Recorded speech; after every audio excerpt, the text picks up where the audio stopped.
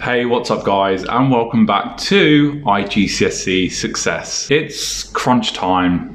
Exams are looming, and if you are like most students around the world, you are probably trying to spin hundreds of plates all at once, hoping that they don't come crashing down. You've got a ton of exams to revise for whilst trying to retain some sanity, not to mention that you've got to look after yourself both mentally and physically, and well, time is ticking. First language English is tough going. It's a mammoth paper and you've only got 2 hours to get it finished. So with all that said and done, here are my top 10 tips to help you succeed with paper 1. Now, tip number 1 is all about your timings, how long you spend on each question, and you have to get your timings spot on. Let's not forget that pre-2019 paper 1 consisted of the 3 core questions only. It had the writer's effect question, the summary, and the extended writing response. Now you've got 3 texts to read, understand, annotate, plan for, and a bunch of smaller questions to answer as well. It goes without saying you have to practice a lot, and you have to practice under time conditions.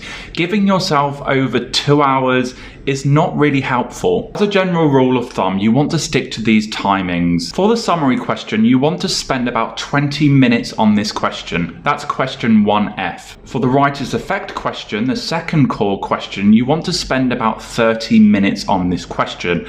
That's question 2D. And for question 3, the extended writing response, you want to give yourself at least 40 minutes to complete this question, which leaves you with about 30 minutes to complete the smaller questions and to proofread all of your answers. Don't forget that you need to factor in planning, annotating, proofreading, editing any responses. Now, tip number 2 is for the summary question. That is question 1F from paper 1. Now, it goes without saying you need to practice all of the questions from paper 1. But for the summary question in particular, make sure you have a firm grasp of more complex sentence structures.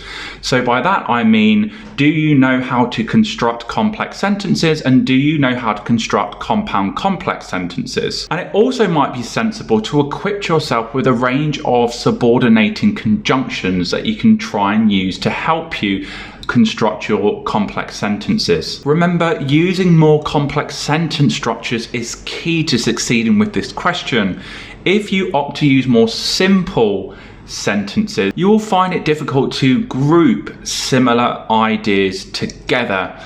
And if you struggle to group similar ideas together, you are going to run out of words pretty quickly. Oh, and don't forget to include a range of connectors into your writer's toolbox as well. Tip number 3. Now, my third tip is for the writer's effect question, question 2D. It is imperative that you know what is meant by explicit ideas and implicit ideas. Remember, Cambridge wants you to explore the effects of words, phrases, and images in order to succeed with this question. And go beyond stating the obvious. Yes, by all means, start with the explicit meanings of words, but really your implicit stuff, your analysis, is what is going to get you your marks. Tip number 4, vocab, vocab, vocab. Now, if your writer's toolbox unfortunately has moths flying out of it, it's a little bit dusty, it's a little bit rusty in terms of the amount of ambitious word choices that's in it, learn some positive, negative, and neutral adjectives, and try and shoehorn some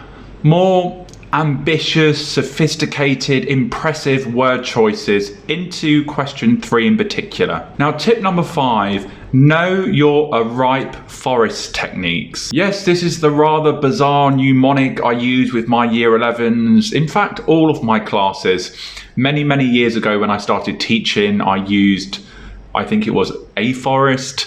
It's evolved somewhat, so now I use a ripe forest. It's really handy because it includes some really powerful language, persuasive, rhetorical devices that you want to try and shoehorn or use in your question 3 responses, depending on what the task is. And I will try and put a little infographic somewhere on the screen just to remind you of what each letter stands for. Now, tip number 6 is practice your non-fiction writing.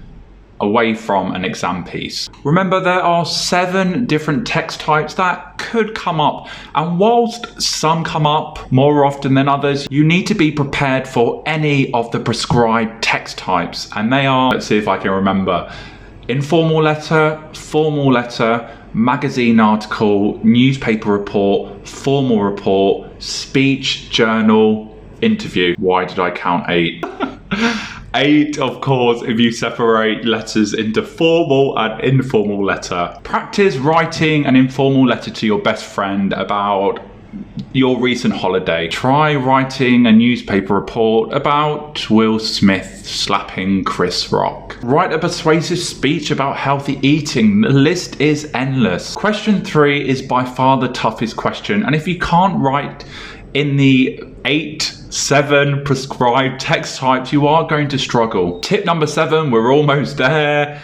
Know your sentence types. Now, to secure a good or top mark for question 3, you have to use a range of sentence types for effect. Do you know your minor sentences from your simple sentences? Your compound sentences from your complex sentences? Creating mind maps, visually attractive mind maps, is a great way to practice. Now, tip number 8 is all about the word count, and let me stress this, and take this with a pinch of salt. Do not obsess over the word counts. Just remember to keep a close eye on the clock, your timings. You will not get penalized for going over the suggested word counts for 2 of the core questions anyway. Now, of course, for the summary question 1F, you want to try and stick to that 120 word count.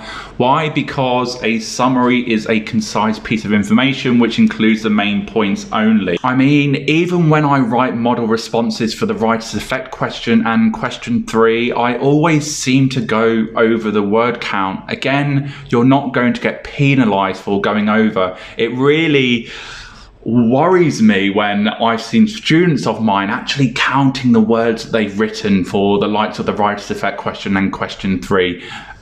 Just watch your timings. Now, tip number 9 is for question 3, the extended writing response, and hopefully you know by now that you have to develop your ideas relevantly using a suitable and sustained voice throughout your piece. Now, make sure you go beyond just including explicit ideas from the text. This question is not about highlighting a bunch of ideas and finding synonyms for every single word within the sentence. Now, most of the time, your development can be as simple as including the character's thoughts and feelings. Now, whilst you are not expected to develop every single idea, it is considered a more challenging reading skill, and Cambridge will reward you well for doing it successfully. Now, my last tip, and sorry to bore you all, it's all to do with planning. Plan.